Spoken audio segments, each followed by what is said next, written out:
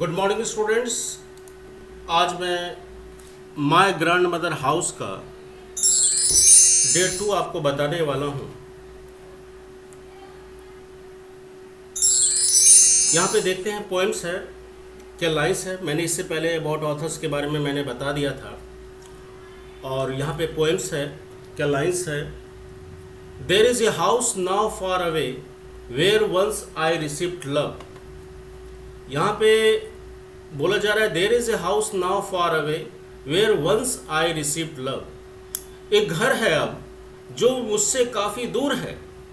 एक घर है जो मुझसे अब काफ़ी दूर है, जहाँ where once I received love, जहाँ मुझे ढेर सारा प्यार मिला था, बेतहासा मोहब्बत मुझे प्राप्त हुई थी उस घर में। यानी कहने का मतलब लेखिका जो है, जो पोइट्रेस कमला दास है, अपनी दादी माँ के घर के बारे में वर्णन करती है। वो बोलती है जब मैं छोटी थी, जब मैं बच्ची थी, मैं उस घर में रहा करती थी, लेकिन अब मैं दूर में हूँ, इसलिए मेरा वो जो घर है वो मुझसे काफ़ी दूर है।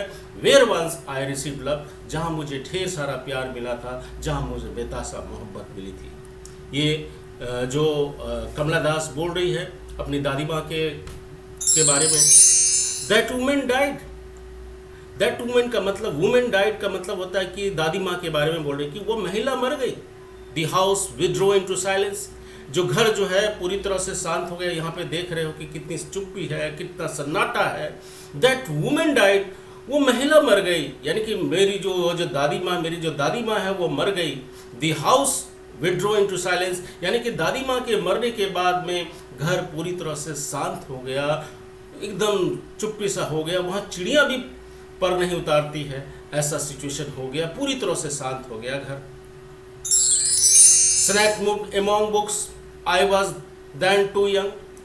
मैंने स्नैक मूव्ड एमॉन्ग बुक्स, जो सांप है यहाँ पे देख रहे हो कि आप स्टूडेंट्स यहाँ पे देखेंगे स्नैप जो है ये बुक सेल्फ है, बुक सेल्स के पास है, यहाँ पे स्नैक जो है घूम रहे हैं। जो स्नैक जो है किताबों के बीच से घर जो शांत हो गया और बहुत दिन से घर जो बंद पड़ा रहा, दो सांप जो है वो किताबों के बीच में आ गया, किताबों के आसपास इर्द गिर्द घूमने लगा था। I was then too young, लेखिका बोलती है जब मैं जवान थी, जब मैं छोटी सी बच्ची थी, जब मैं उस घर में रहा करती थी, मैं दादी माँ के साथ खेला करती थी, उनकी जो है उनसे लोरियाँ सुना करती थी। तो जब मैं यंग थी, to read and my blood turn cold like books the moon. और मैं जब किताबों को पढ़ा करती थी, जब मैं किताब को पढ़ने के लिए सोचती थी, तो मेरे जो खून जो है वो टर्न बदल जाता था, एक जैसे मानो कि शीतल हो जाती थी, वो ठंड हो जाती थी। जिस तरह से चंद्रमा की रोशनी जो है वो शीतल होती है, उसी तरह से मेरे खून भी जो है वो शीतल हो जाते थे, ठंड हो जाते थे।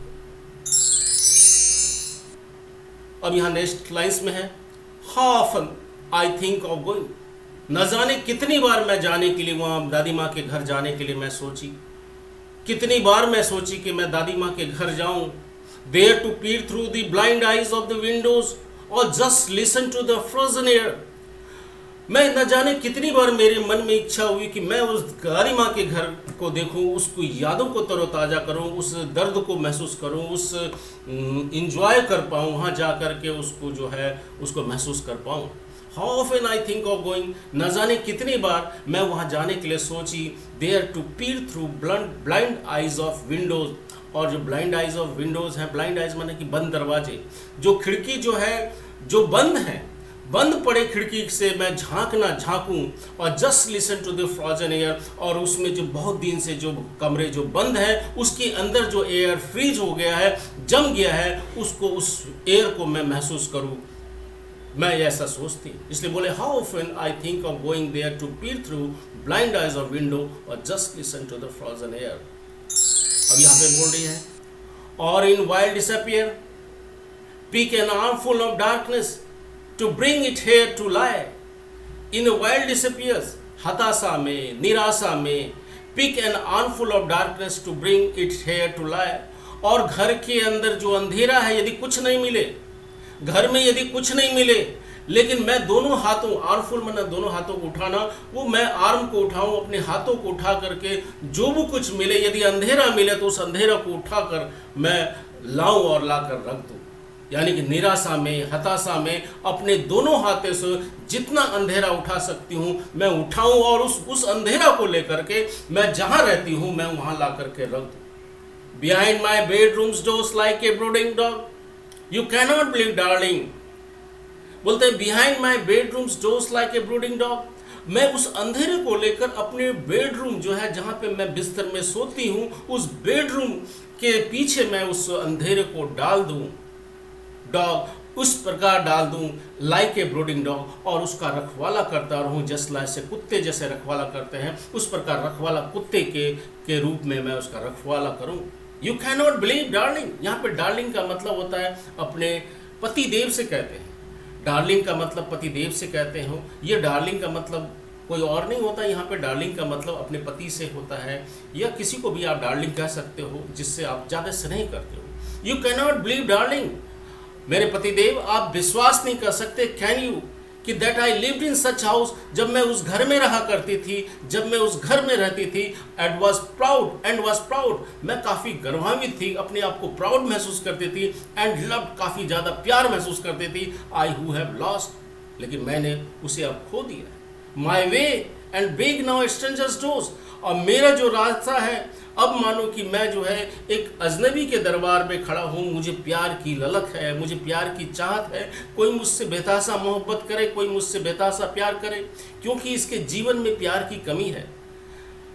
And receive love at least in small changes, और मैं जो है एक अजनबी के दरबार में खड़े रह करके एक भीख मांगूँ, प्यार की भीख मांगूँ, हो सकता है कि वो जो है कुछ परिवर्तन, एटलीस्ट इन स्मॉल चेंजेस, कुछ इसमें परिवर्तन हो जाए। तो कमला दास के बारे में हमको ये बताना है कि उसके जीवन में से जो है माँ का जो प्यार और पिताजी का प्यार बचपन से ही गुजर गया, इस वजह से वो दादी माँ के घर में रहने लगी, उसके साथ में बचपन से ही वो रहने लगी। उनका जो शादी हो गया, वो शादी करने के बाद कहीं दूर चले गए, कम उम्र में ही उसकी शादी हो गई, और वो दूर चले गए अपने दादी माँ के घर से। उस दादी माँ उसकी मरने के बाद वो घर बिल्कुल ही बेजान हो गया था, और जो है उनके और पति से भी उसका ज़्यादा अंडरस्टैंडिंग नहीं था उतना ज़्यादा। तो इसके जीवन में कहीं ना कहीं प्यार की जो कमी है, उस कमी का जो है एहसास इस लेखिका ने इस कविता के माध्यम से कराया है। Thank you. आपको नेक्स्ट क्लासेस में मैं आपको क्वेश्चन, शॉर्ट क्वेश्चन आंसर्स कराऊंगा। Thank you so much.